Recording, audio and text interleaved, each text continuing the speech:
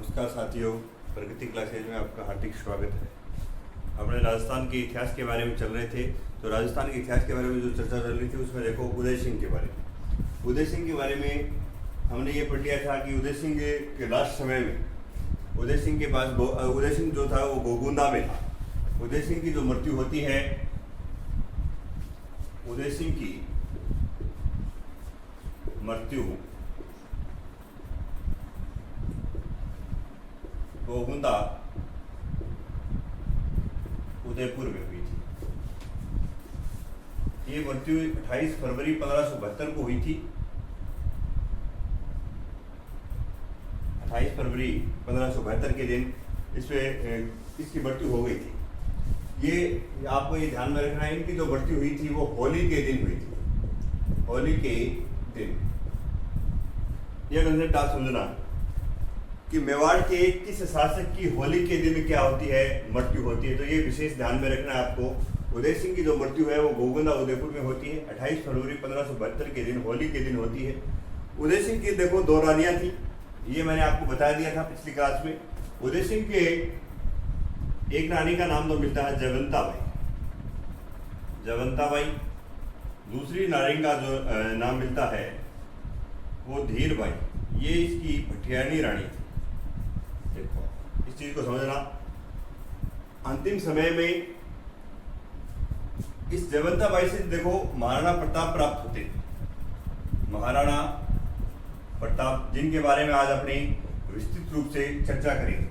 और धीरबाई का पुत्र था जगमाल।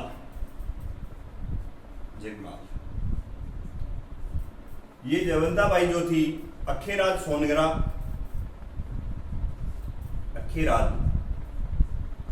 की पुत्री थी। पाली के अखेराज सोनगरा थी, उनकी पुत्री थी। उदय सिंह अपनी भटियानी रानी धीरबाई के प्रभाव में आकर जगमाल को यहाँ का मेवाड़ का उत्तराधिकारी घोषित कर देता है। ऐसा बताया जाता है कि जब इसकी मृत्यु पे जो दाह संस्कार का प्रोग्राम हो रहा था, तो ऐसा मेवाड़ में यहाँ एक रस्म है कि जब दाह संस्कार का प्रोग्राम होता है, जो उत्तराधिकारी बनता है वो इससे में नहीं जाता है। तो जगमाल यहाँ के सामंतों को दिखा नहीं, और महाराणा प्रताप यहीं घूम रहे थे। तो महाराणा प्रताप को देख वहाँ के जो मेवाड़ी जो सरदार हैं, उन्होंने इस चीज का विरोध किया कि ये तो गलत बात है, ज्येष्ठ पुत्र ही ये क्या है, मेवाड़ का राजा बनना चाहिए। तो महाराणा प्रताप का जो प्रथम राज्याभिषेक है, महाराणा प्रताप का, ये आप ध्यान में रखना। महाराणा प्रताप को बड़े बेसिकली जो पढ़ रहे हैं, तो महाराणा प्रताप का प्रथम राज्याभिषेक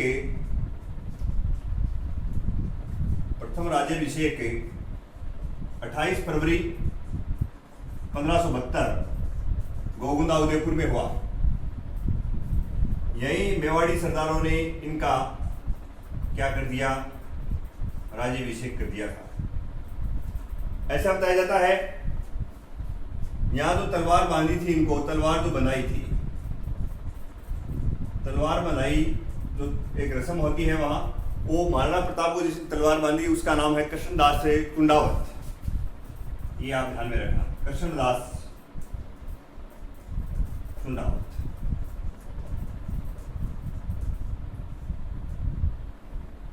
इस चीज के लिए इनका जो सहयोग है, इनके नाना भी कर रहे थे। अखीराज सोनगरा की सहायता से ये महाराणा प्रताप से यहाँ का मेवाड़ का क्या है अगला शासक बनता है। तो अखीराज सोनगरा का भी सहयोग रहता है, मेवाड़ के सरदारों का भी सहयोग रहता है कि मेवाड़ के सरदारों ने कहा कि जब ज्येष्ठ पुत्र बैठा है तो जगमाल कैसे यहाँ का उत्तराधिकारी घोषित कर दिया। उसके बाद ये यहाँ से महाराणा प्रताप को लेकर जाते हैं कुंभलगढ़ दुर्ग में। तो वहाँ कुंभलगढ़ दुर्ग में इनका द्वितीय राज्याभिषेक होगा। तो पहले अपने ये देख लेना कि महाराणा प्रताप का राज्याभिषेक कहाँ हुआ। प्रथम राज्याभिषेक हुआ 28 फरवरी 1572 को गोगुंदा उदयपुर में हुआ था। तलवार जो बधाई की जो रस्म थी वो कृष्णदास कुंडावत ने इनको तलवार बांधी थी। आपको ये उदय सिंह की मृत्यु गोगुंदा उदयपुर में हुई थी 28 फरवरी 1572 में, होली के दिन हुई थी। तो मेवाड़ के किस शासक की मृत्यु होली के दिन हुई, तो वो थी उदय सिंह की। उदय सिंह की दो रानियां जयवंता बाई और धीरबाई से जो पुत्र उत्पन्न हुआ वो जगमाल उत्पन्न हुआ था। जयवंता बाई से महाराणा प्रताप जो अखेराज सोनगरा की पुत्री थी। आज अब आप पढ़ेंगे अपने महाराणा प्रताप के बारे में विस्तृत रूप से चर्चा करेंगे। तो हेडिंग डालना महाराणा प्रताप।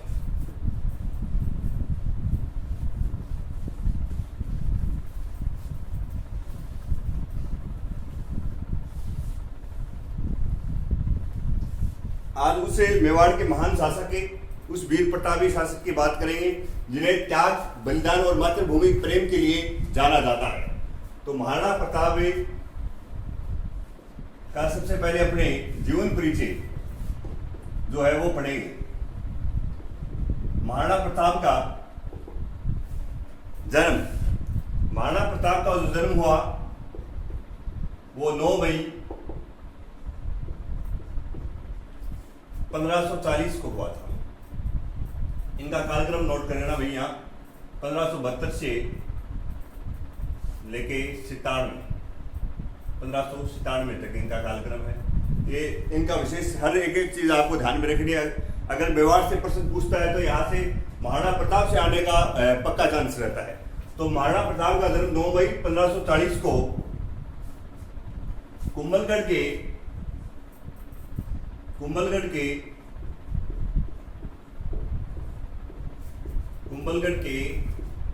कटारगढ़ के बादल महल में हुआ। बादल महल में आजकल के कई बार जो एग्जामों में जो ये भी पूछ लेता है कि महाराणा प्रताप का जन्म हुआ तो ज्येष्ठ शुक्ल तृतीया को इनका जन्म होता है। ज्येष्ठ शुक्ल तृतीया, ज्येष्ठ शुक्ल तृतीया बार रविवार था। रविवार के दिन सीधा भी पूछ लेता कि महाराणा प्रताप का जन्म किस बार को हुआ था, तो महाराणा प्रताप का जो जन्म जो है वो रविवार को हुआ था। आगे कंसेप्ट ध्यान में रखना, ये जो जन्म की जो डेट है वो वीर विनोद जो पुस्तक है कवि राजा श्यामल दास की, उसके अनुसार है। महाराणा प्रताप का जन्म 9 मई 1540 को होता है कुंभलगढ़ के कटारगढ़ के बादल महल में जूना कचहरी में होता है। ज्येष्ठ शुक्ल तृतीया को महाराणा प्रताप का जन्म होता है। महाराणा प्रताप का जो जन्म है वो रविवार के दिन होता है। आगे नोट करना, महाराणा प्रताप के पिता का नाम, पिता का नाम आपको पता ही है, उदय सिंह है। माता को मैंने आपको बताया था कि ये जयवंता बाई, जो अखेराज सोनगरा की जो पुत्री है, माता जयवंता बाई पाली के अखेराज सोनगरा की पुत्री थी। उनकी कोख से इस महान शक्तिशाली महाराणा प्रताप का जन्म हुआ था। उसके बाद आप महाराणा प्रताप के पिता, माता और गुरु का नाम देखो। गुरु इनके जो थे वो राघवाचार्य थे। महाराणा प्रताप के गुरु कौन थे? राघवाचार्य थे। महाराणा प्रताप ने जो शस्त्र विद्या सीखी थी वो जयमल राठौड़ से सीखी थी। शस्त्र विद्या के जो गुरु थे इनके वो जयमल राठौड़ थे। तो अपने ये ध्यान में रखना, ज्यादा गुरु जो थे इनके राघवाचार्य थे।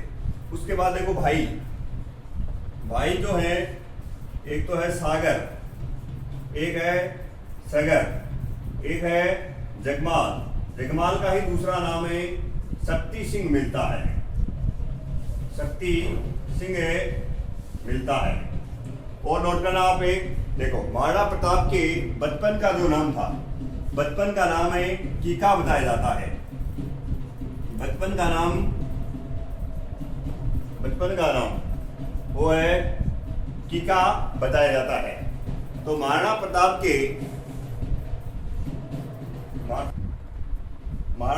के बचपन का नाम कीका मिलता है। कीका इसलिए मिलता है कि महाराणा प्रताप बचपन में भीलों के साथ रहते थे। भीलों के छोटे बच्चे को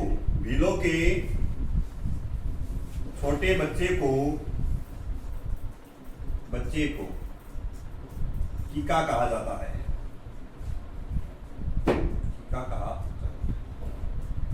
तो यहां तक है। एक बार दोबारा से देख लो, महाराणा प्रताप का कालक्रम 1572 से लेके 1597 में। जन्म इनका 9 मई 1540 को होता है कुंभलगढ़ के कटारगढ़ के बादल महल में। ज्येष्ठ शुक्ल तृतीया को रविवार के दिन महाराणा प्रताप का जन्म हुआ। पिता का नाम उदय सिंह, माता का नाम जयवंता बाई और गुरु का नाम राघवाचार्य मिलता है। भाई सागर, सगर, जगमाल और शक्ति सिंह इसका दूसरा नाम है। बचपन का नाम कीका, भीलों के छोटे बच्चे को कीका कहा जाता है। आगे नोट करना है,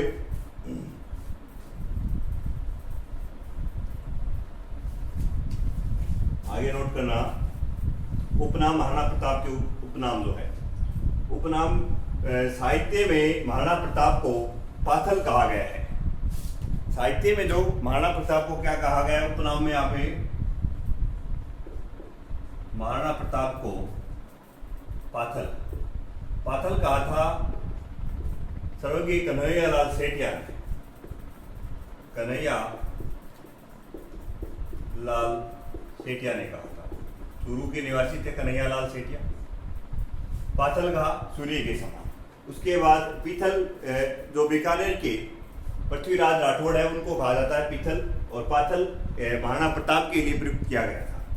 गजकेसरी कहा जाता है इन्हें। गजकेसरी इन्हें कहा था, गजकेसरी कर्नल जेम्स टोड ने कहा था। कर्नल जेम्स टोड ने इन्हें गजकेसरी कहा था, कर्नल जेम्स टोड ने।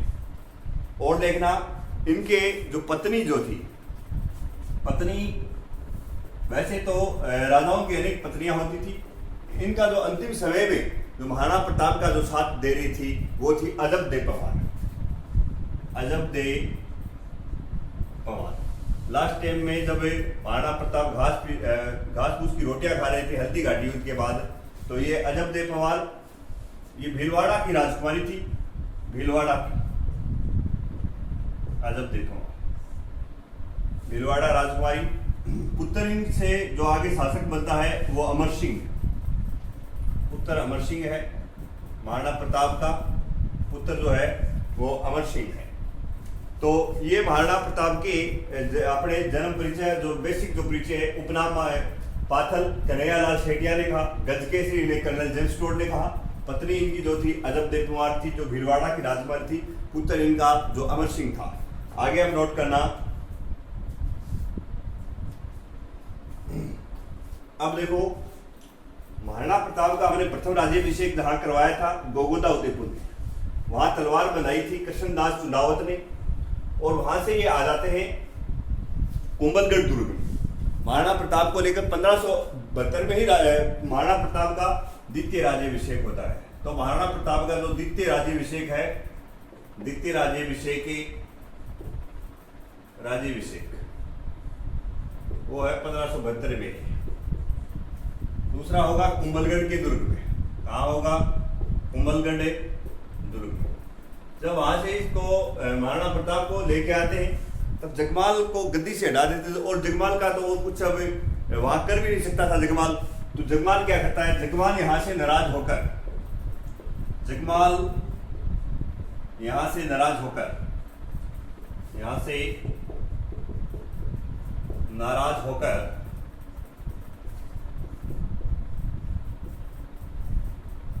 अकबर के पास चला गया। अकबर के पास चला गया।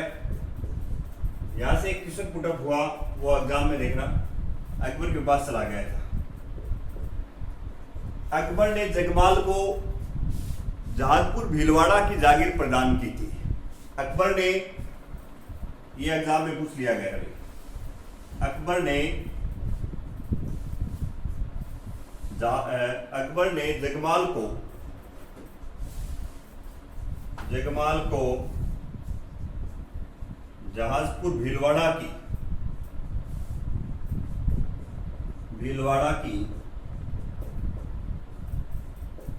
जागीर प्रदान की थी। ऐसा बताया जाता है ये जो जगमाल है 1583 में अपने साले के साथ ही युद्ध करता है। उसके बाद ये सिरोही की जागीर मिलती है इसको, तो वहाँ सिरोही में अपने साले के साथ लड़ते हुए वीरगति को प्राप्त हो जाता है।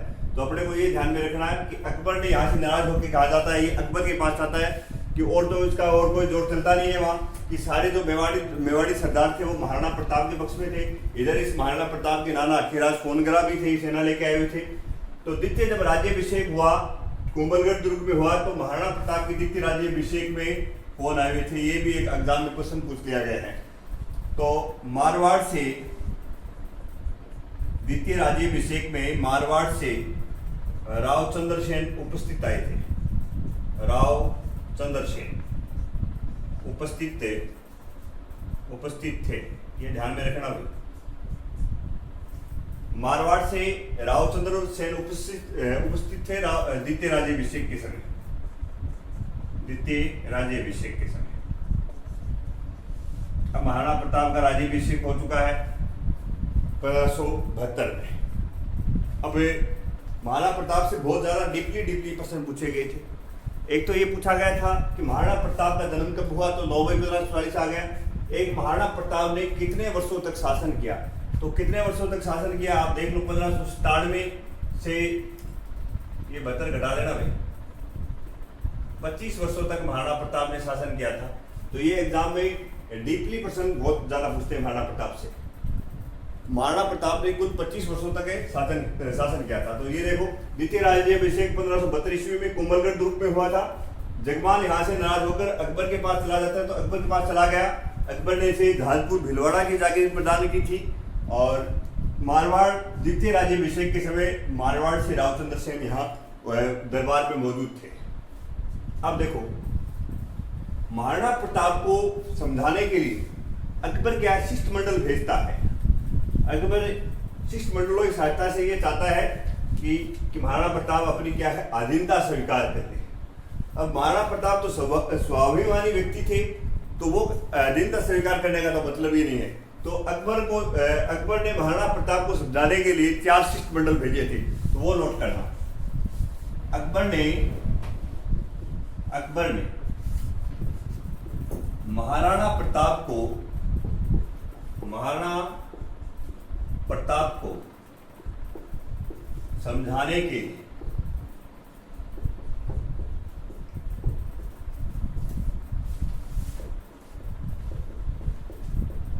4 शिष्टमंडल भेजे।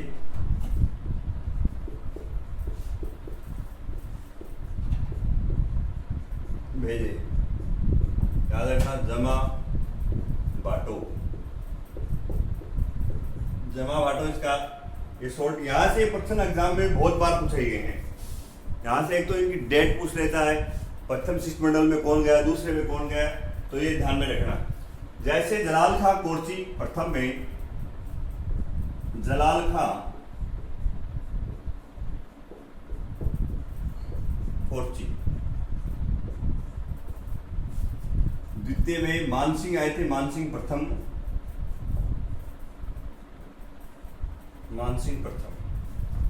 तीसरे में भगवंत, इनके पिता मानसिंह के पिता भगवंत दास आए थे, और चौथे में टोडरमल आया था।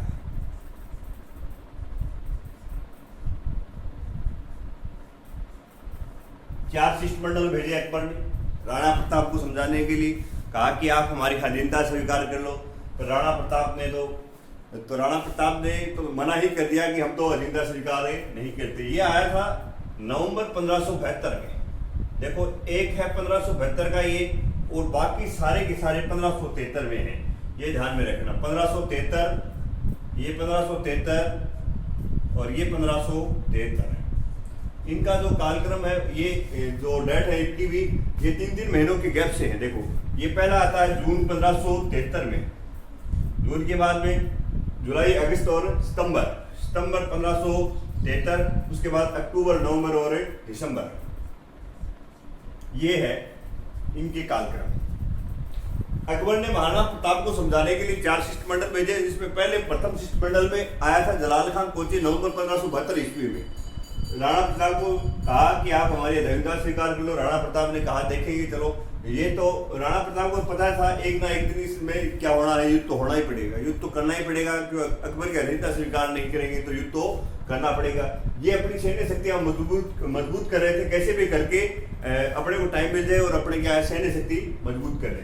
1573 में, जून 1573 में मानसिंह प्रथम आ जाता है, भगवान दास आता है, फिर उसके बाद इनके पिता भगवान दास आते हैं, फिर टोडरमल आता है। पर जो महाराणा प्रताप है वो मानते नहीं, अधीनता स्वीकार नहीं करते हैं। देखो, इसमें दूसरे कंसेप्ट में एक चीज और है। इसमें कुछ इतिहासकार तो ऐसा बताया जाता है कि मानसिंह और महाराणा प्रताप की क्या थी, मुलाकात हुई थी। तो वो ये ध्यान में रखना आपको कि उदय सागर झील पर, कौन सी झील पर, उदय सागर झील पर महाराणा प्रताप व मानसिंह की मुलाकात हुई।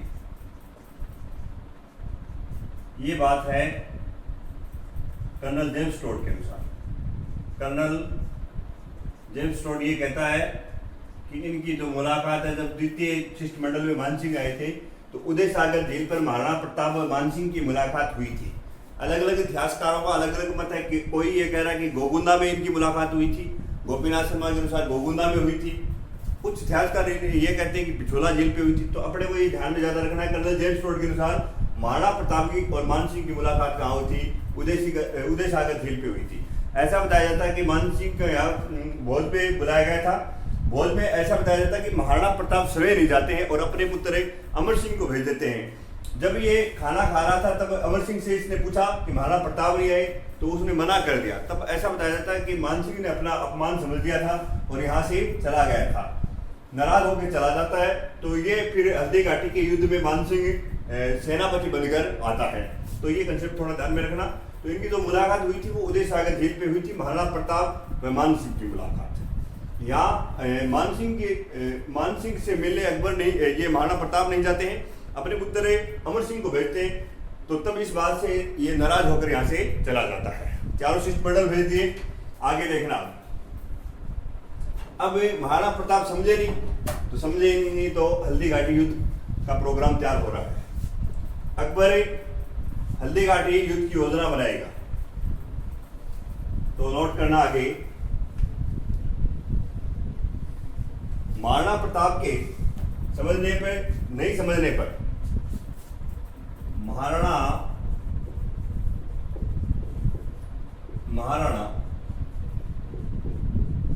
प्रताप के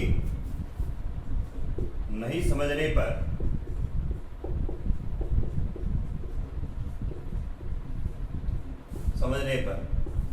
अकबर ने हल्दी घाटी युद्ध की योजना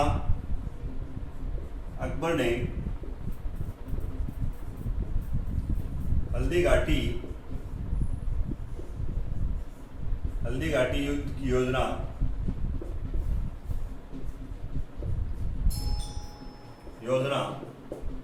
मैगजीन फोर्ट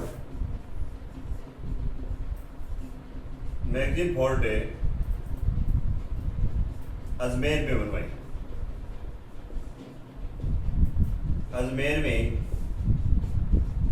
बनवाई। देखो, महाराणा प्रताप के नहीं समझने पर अकबर अब क्या करेगा? युद्ध तो करना ही है। तो हल्दी घाटी युद्ध की योजना कहाँ बनाई? मैगजीन फोर्ट अजमेर में बनाई थी। ये आपको ध्यान में रखना है कि हल्दी घाटी युद्ध की योजना कहाँ बनी थी, तो वो मैगजीन फोर्ट अजमेर में बनी थी। अब आगे देखना,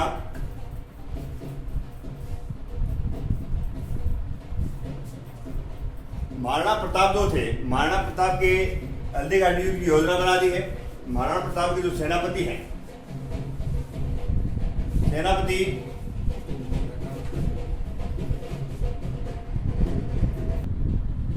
सेनापति जो थे अकबर के, सेनापतियों में मेन सेनापति मान सिंह को, एक तो हो गया मान सिंह के बाद एक था प्रमुख इतिहासकार बदायूनी, एकमात्र इतिहासकार था जो युद्ध का आंखों देखा हाल जो लिखेगा, इतिहासकार था ये बदायूनी। मान सिंह था, बदायूनी था, एक मेहतर खां था। मेहतर खां, इसका भी बहुत बड़ा रोल रहा था इस युद्ध में। एक था आसफ खां,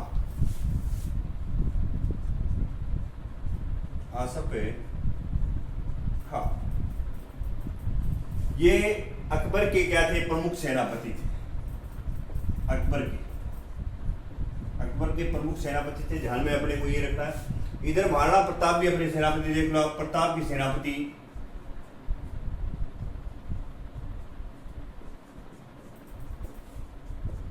सेनापति जो थे, एक तो हाकिम खां सूर या हाकिम खां सूरी बोल दो इसको, एकमात्र मुस्लिम सेनापति।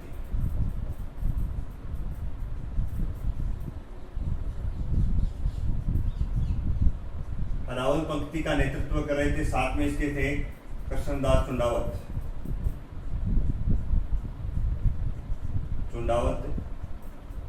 रावल पंक्ति जो होती है, आगे की जो पंक्ति होती है, आगे की पंक्ति का नेतृत्व कर रहे थे। दूसरा इनका ये झाला बीदा, ये महाराणा प्रताप के क्या थे? हमशक्ल थे झाला बीदा। हमशक्ल थे महाराणा प्रताप के। एक भील सेनापति था पूंजा, भील सेनापति पूंजा,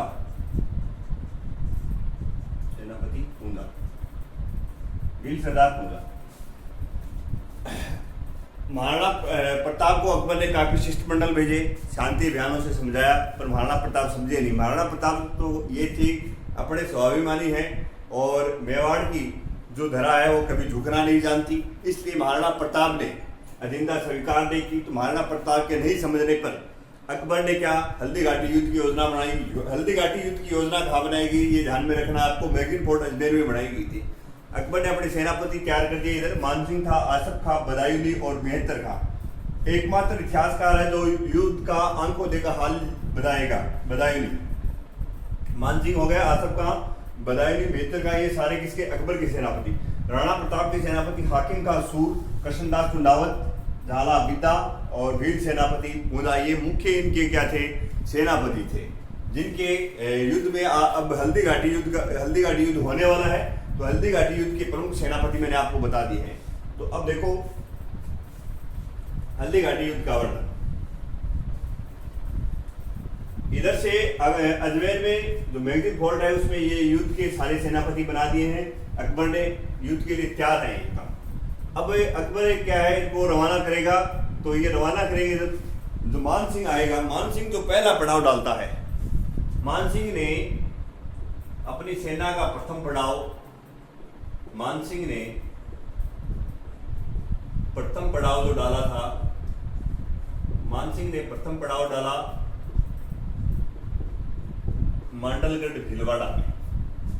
ये अलग से नोट करना आप, मांडलगढ़ भीलवाड़ा में। अब देखो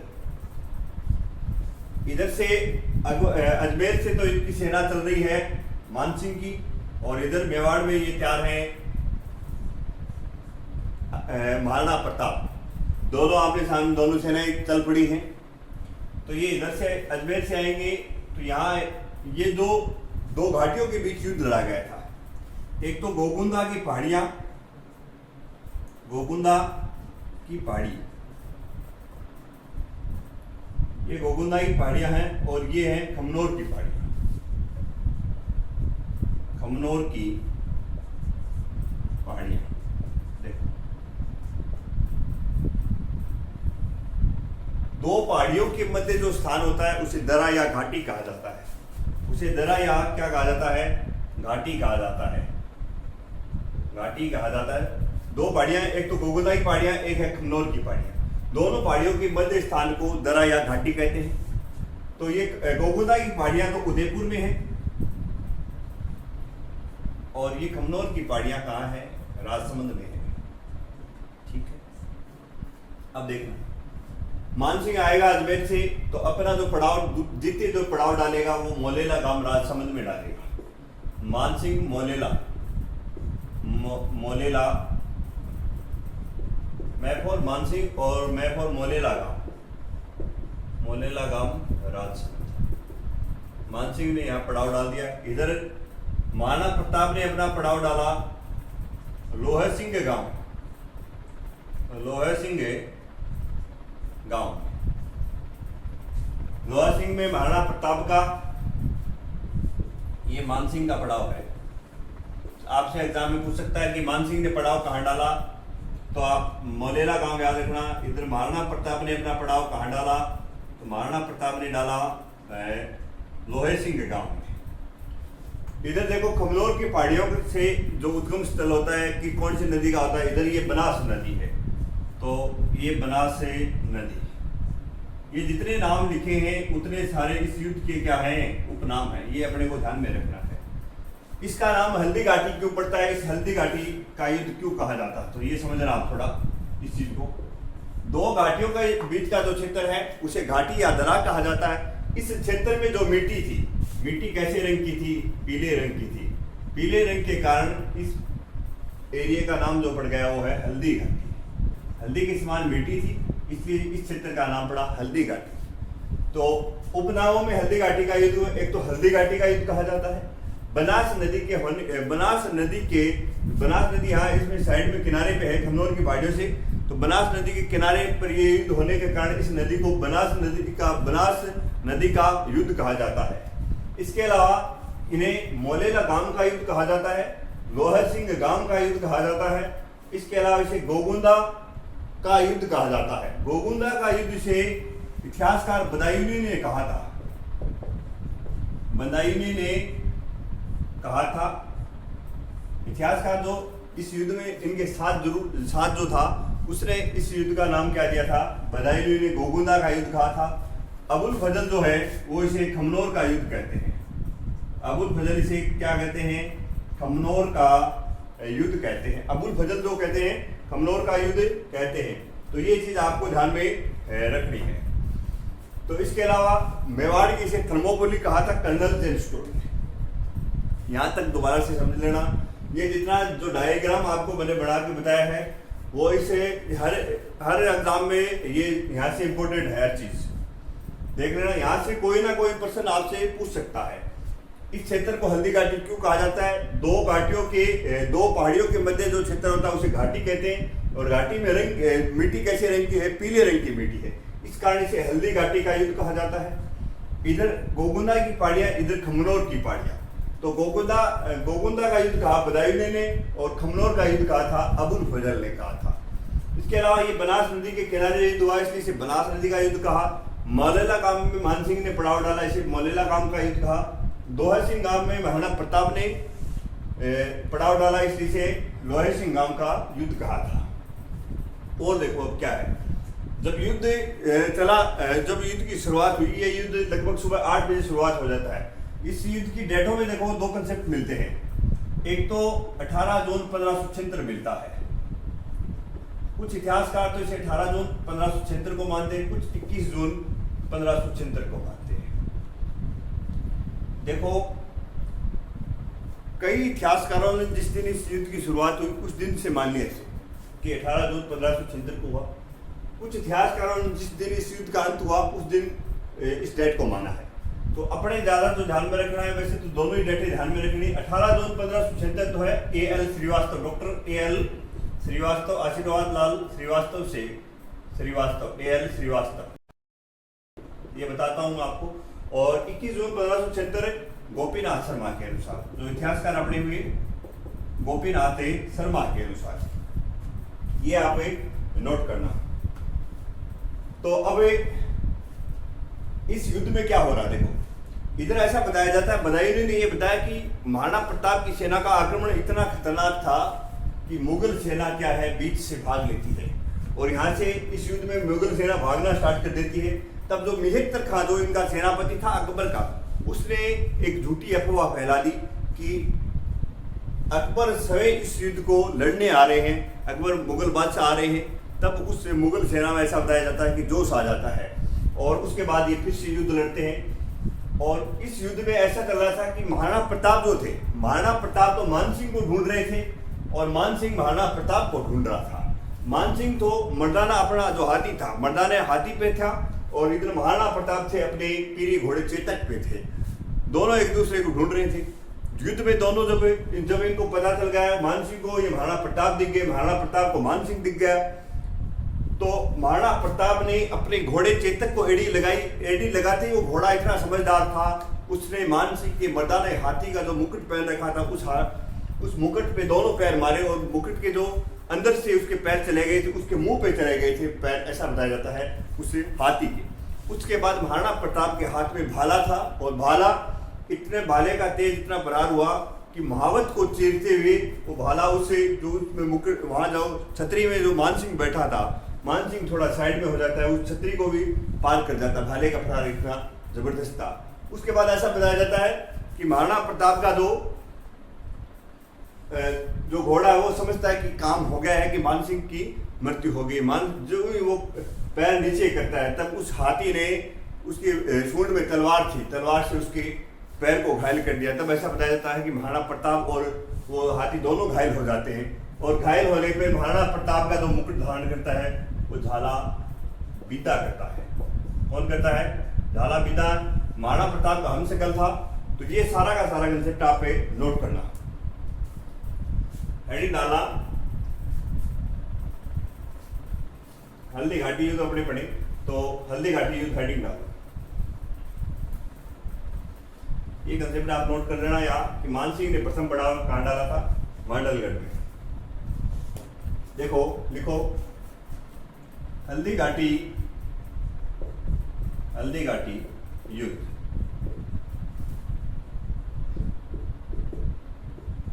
वैसे हल्दी घाटी राजसमंद में मानी जाती है, तो हल्दी घाटी का युद्ध राजसमंद। दो डटे हैं।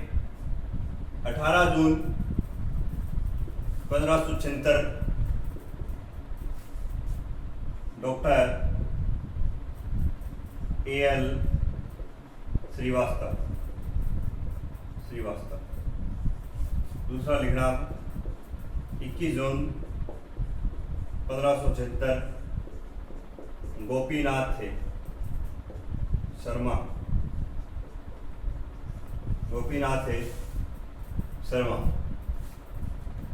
हल्दी घाटी युद्ध के उपनामों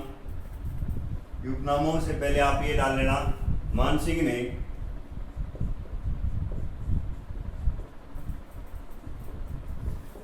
द्वितीय पड़ाव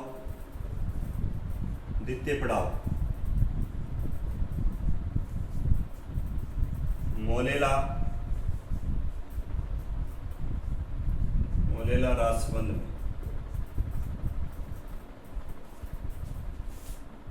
महाराणा प्रताप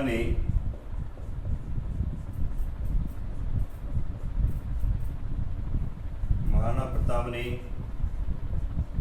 पड़ाव डाला लोहा सिंह गांव में।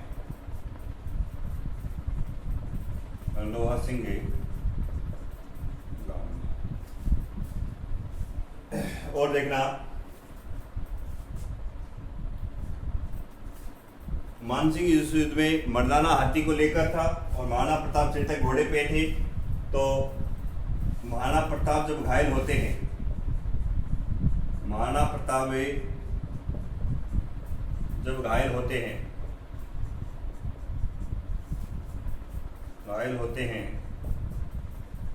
तब झाला बीदा ने राजमुकुट धारण किया, वीरगति को प्राप्त हुई।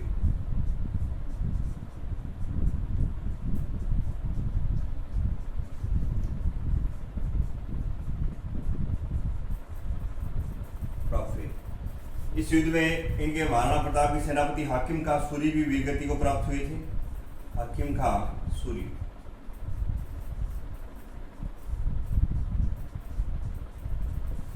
वीरगति को प्राप्त हुई। अगला आप हेडिंग डालना आप हल्दी घाटी युद्ध के उपनाम। तो दोबारा देख लो, मानसिंह ने प्रथम पड़ाव डाल दिया है मांडलगढ़ भीलवाड़ा में। इस युद्ध की दो डेटें मिलती है, मैंने आपको बता दिया है कि 18 जून 1577 डॉक्टर A.L. श्रीवास्तव के अनुसार, 21 जून 1577 गोपीनाथ शर्मा के अनुसार, अपने लगभग इसको सही मानते जाना। मानसिंह ने द्वितीय पड़ाव जो डाला वो मोलेला राजसमंद में है, और महाराणा प्रताप ने लोहा सिंह गांव उदयपुर में पड़ाव डाला। महाराणा प्रताप जब घायल हो जाते हैं तब झाला बिद्दा ने उनका राजमुकुट धारण किया था और वीरगति को प्राप्त हुई। हाकिम खां सूरी भी इस युद्ध में वीरगति को प्राप्त हो जाते हैं। एक और नोट करना, आगे नोट करो तब चलो। मेहतर खां ने इस युद्ध में अफवाह फैलाई थी, ये नोट करना कि कौन से सेनापति ने। तो मेहतर खां ने अकबर आने की झूठी अफवाह फैलाई थी। एग्जाम में पूछ लिया गया भाई, झूठी अफवाह फैलाई कि मुगल बादशाह आ रहे हैं अकबर, तब मुगल सेना में जोश फिर से आ जाता है। तो मेहतर खां ने अकबर आने की झूठी अफवाह फैलाई थी। अब आप इस युद्ध के उपनाम डालना, हल्दी घाटी युद्ध के उपनाम। हल्दी घाटी युद्ध के उपनाम में देखो, हल्दी घाटी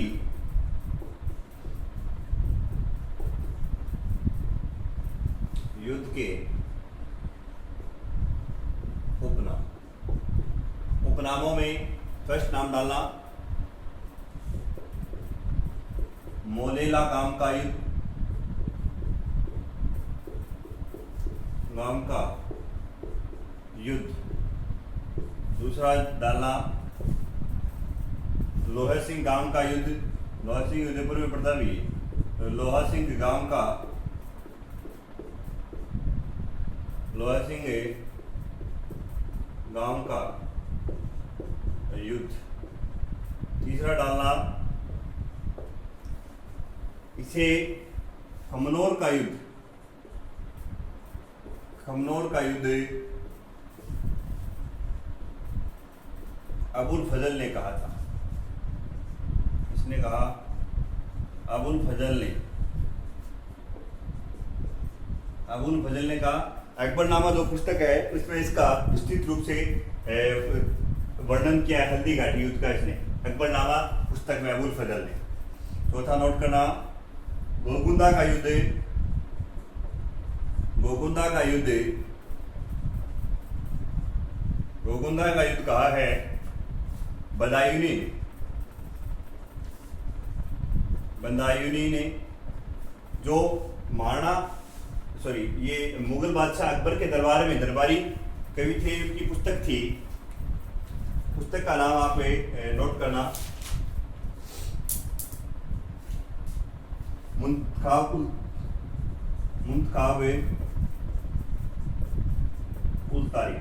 उल तवारीख। इस पुस्तक में हल्दी घाटी युद्ध का इन्होंने आंखों देखा हाल या मुंतखाब उल तवारीख, हल्दी घाटी युद्ध का इन्होंने क्या किया, वर्णन किया है।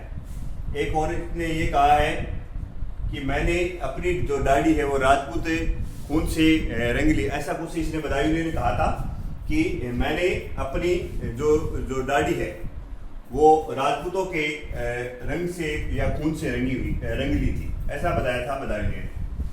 तो ये ध्यान में रखना आप कंसेप्ट। आगे ध्यान में आगे वाला देखो, गोगुंदा का युद्ध हो गया। इसके अलावा इसे मेवाड़ की थर्मोपोली कहा जाता है, मेवाड़ की थर्मोपोली कहा इसे कर्नल जेम्स टोड ने, मेवाड़ की थर्मोपोली कर्नल जेम्स टोड ने, कर्नल जेम्स टोड। इसके अलावा हल्दी घाटी युद्ध को हाथियों का युद्ध भी कहा जाता है, हाथियों का युद्ध, हाथियों का युद्ध कहा जाता है। हाथियों का युद्ध इसलिए कहा जाता है, इस युद्ध में प्रताप का जो हाथी जो था राम प्रसाद, मानसिंह का हाथी था मर्दाना,